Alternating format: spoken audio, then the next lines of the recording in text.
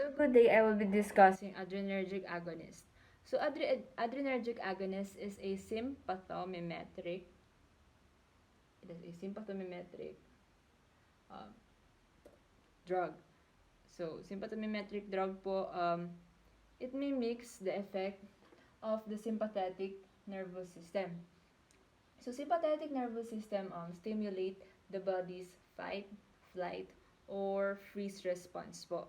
And next is the therapeutic and adverse effects associated with these drugs are related to their stimulation of adrenergic receptor sites. And also, stimulation can either be direct, um, occupation, by occupation of the adrenergic receptor, or it can be indirect by modulation of the release of neurotransmitters from the axon. So, adrenergic agonist nga po is used in ophthalmic preparations. So, ophthalmic preparation for dilating pupils to systemic preparations used to support individuals shock. Experiencing shock po. And it is used in patients of all ages. So, bata, matanda, kung ano ka man, pwede sa'yo yan. So, next is the alpha and beta adrenergic agonist po. And alpha agonist, it stimulates alpha receptors. I will just delete this first. So, alpha agonist, it stimulates the alpha receptors. So, alpha receptors causing body responses seen when the alpha receptors are stimulated. So, the alpha receptor is responsible to mediate certain physiological responses, so such as vasoconstriction, relaxation of intestinal muscles, and contraction of most smooth muscles. So next po is the beta agonist. Beta agonist, it stimulates beta receptors. So if alpha agonist stimulates alpha receptors, beta agonist stimulates beta receptors. So beta receptors or beta agonists causing body responses seen when the beta receptors are stimulated. So it is involved in the relaxation of effector cells and dilatation of blood vessels. So the therapeutic actions and indications for this is heart rate increases with increased myocardial contractility. So bronchi dilate and respirations increase in rate and depth. So blood vessels also constrict, causing an increase in blood pressure, intraocular pressure decreases, and glycogenolysis. Pupils dilate and sweating can increase po. Yan, sweating can increase. Pupils dilate, glycogenolysis, increase in blood pressure, intraocular, blood vessels constrict. Those are the therapeutic actions of adrenergic. Next po is dopamine. Dopamine is a naturally occurring catecholamine. So, it is the sympathomimetic of choice for the treatment of shock. So, dopamine po, it stimulates the heart and the blood pressure. But also causes a renal and splenic arterial dilation. So, that increase blood flow to the kidney. Increases blood flow to the kidney po. So next is we have here the epinephrine. Epinephrine and norepinephrine.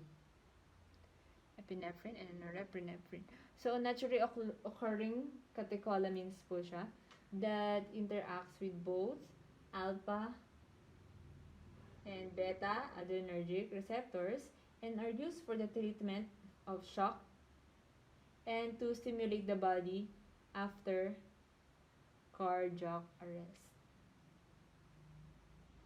So, dopamine stimulates the heart and blood pressure, while epinephrine and norepinephrine po stimulate the body after the cardiac or after cardiac arrest. Next po is dobutamine. Dobutamine. So it is used in treatment of heart failure. Treatment of heart failure. Because it can increase myocardial contractility without much change in rate and does not increase the oxygen demand of the cardiac muscles. So it is an advantage overall of the other sympathomimetic drugs. Okay. Next po is ephedrine. Ephedrine. So it is once used for situations siya for situations ranging from the treatment of shock to chronic management of asthma and allergic rhinitis. So it's used in many areas and is declining because of the availability of less toxic drugs with more predictable onset and action po. So again, dobutamine po is the treatment of heart failure. Well, ephedrine naman po treatment or was once used for treatment of shock to chronic management of asthma and allergies or allergic rhinitis. So yun nga po, it is hindi na masyadong ginagamit because of the availability of other drugs na which is mas or less toxic than ephedrine. Next po, many over-the-counter or OTC drugs, cold products contain ephedrine or pseudoephedrine. So the products can be used to produce methamphetamine. Or methamphetamine po is a yun nga po, drugs or prohibited drugs or yun, an often abused street drug po ang methamphetamine. So by law, the sale of these products is now restricted. And the products are found behind the counter at pharmacies, not on open shelves, and the amount that can be purchased at any given time is limited. So the pharmacokinetics po, these drugs are generally absorbed rapidly after injection or passage through the mucous membranes. So they are metabolized in the liver and excreted in the urine. So when used in emergency situations, they are given intravenously to achieve rapid onset of action. So contraindications po ng ating is peripheral vascular disease, pheochromocytoma, peripheral vascular disease, ventricular fibrillation, halogenated hydrocarbon general anesthetics, and hypovolemia po. So, ang adverse effects po niyan is arrhythmia, palpitations, feelings of tension and anxiety, hypertension, constipation, nausea, headache, angina, sweating, vomiting, dyspnea. So, important drug-to-drug interaction. So, increased effect of tricyclic antidepressants and monoamine oxidase inhibitors can occur because of the increased norepinephrine levels or increased receptor stimulation that occurs with both drugs.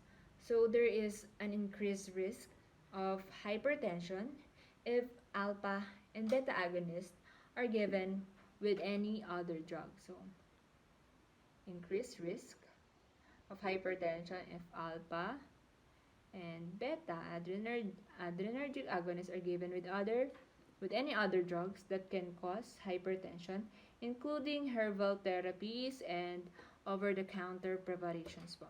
So alpha-specific adrenergic agonists. So alpha-specific adrenergic agonists po or alpha agonists are drugs that bind primarily to alpha receptors rather than beta receptors. Three drugs belong to this class: clonidine, midodrine, and phenylephrine po. So, therapeutic actions and indications. So, the therapeutic effects of alpha-specific adrenergic agonists result from the stimulation of alpha receptor within the SNS. So, the uses are varied depending on the specific drug and the route of administration. So, phenylephrine po, it is a potent vasoconstrictor, an alpha-1 agonist with little or no effect to the heart or bronchi. It is used in many combination cold and allergy products. So, parenterally po, it is used to treat shock or shock-like states, to overcome paroxysmal supraventricular tachycardia, and to prolong local anesthesia, and to maintain blood pressure during spinal anesthesia po. So, topically, phenylephrine po, it is used to treat allergic rhinitis also, and to relieve the symptoms of otitis media. So, ophthalmically, it is used to dilate pupils for eye examination. So, before surgery po, it is used to relieve elevated eye pressure associated with glaucoma. And phenylephrine is found in many cold and allergy products because it is so effective in constricting topical vessel and decreasing the swelling signs and symptoms of rhinitis. So, midodrine naman po, it is an oral drug that is used to treat orthostatic hypotension. So, in patients who do not respond to traditional therapy, it activates alpha-1 adrenergic receptors, leading to peripheral vasoconstriction and an increase in vascular tone and blood pressure po. So, this effect can cause serious supine hypertension. So, next, clonidine specifically stimulates central nervous system. So, or alpha-2 receptors. This leads to decreased sympathetic outflow from the CNS because the alpha-2 receptors moderate the release of norepinephrine from the nerve axon. So, pharmacokinetics po ng mga drugs ito, these drugs are generally well absorbed from routes of administration and reach peak levels in a short period. So, 20 to 45 minutes po. And primarily po, excreted in the urine. So, the transdermal form of clonidine is slow release and has a 7-day duration. 7-day duration po siya of effects. So, it only needs to be replaced once a week. So, phenylephrine can be given intramuscularly, subcutaneously, IV, orally, and as nasal or an ophthalmic solution.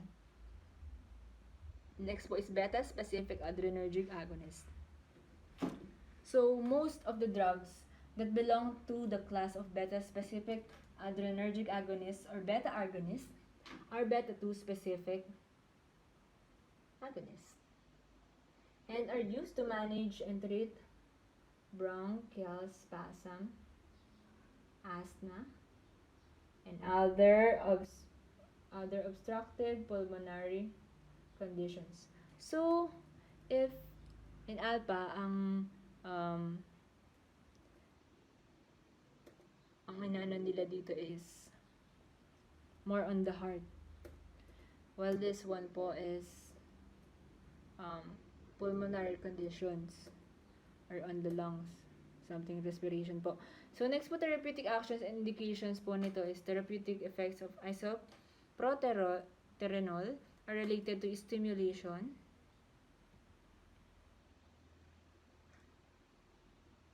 of all beta-adrenergic receptors. The side effects of the drug include increased heart rate, conductivity, contractility, bronchodilation,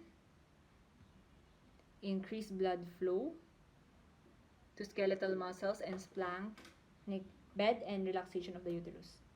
Pharmacokinetics po, isoproterenol is rapidly distributed after injection. It is metabolized in the liver and excreted in the urine. So the half-life is relatively short and less than 1 hour po. Yun. Yun po. So, okay. So, the things that we need to remember is adrenergic agonist po is sympathomimetic siya and stimulate the adrenergic receptors in the SNS po. So, alpha and beta adrenergic agonist stimulate all of the adrenergic receptors po. So, they induce a fight or flight response and are frequently used to treat shock po. Yun yung and also, we need to keep in mind that most of the beta-specific adrenergic agonists are used to manage and treat asthma, bronchospasm, and other obstructive pulmonary diseases. So, adrenergic agonists are also called sympathomimetics. Yun nga po. And so, adrenergic agonists include alpha and beta adrenergic agonists, which stimulate both types of adrenergic receptors in the SNS, and alpha-specific and beta-specific agonists, which stimulate only alpha or only beta receptors, respectively. So, alpha-specific adrenergic agonists, so such as phenylephrine, midodrine, and clonidine stimulate only the alpha receptors within the SNS. Clonidine specifically stimulates alpha receptors and is used to treat hypertension because its action blocks the release of norepinephrine from nerve axons. So many of the beta-2 specific adrenergic agonists are used to manage and treat asthma nga po, yun nga po. And isoproterenol, a non-specific beta-specific adrenergic is used to treat shock, cardiac standstill, and certain arrhythmias when used systemically, and is especially effective in the treatment of heart block in transplanted hearts.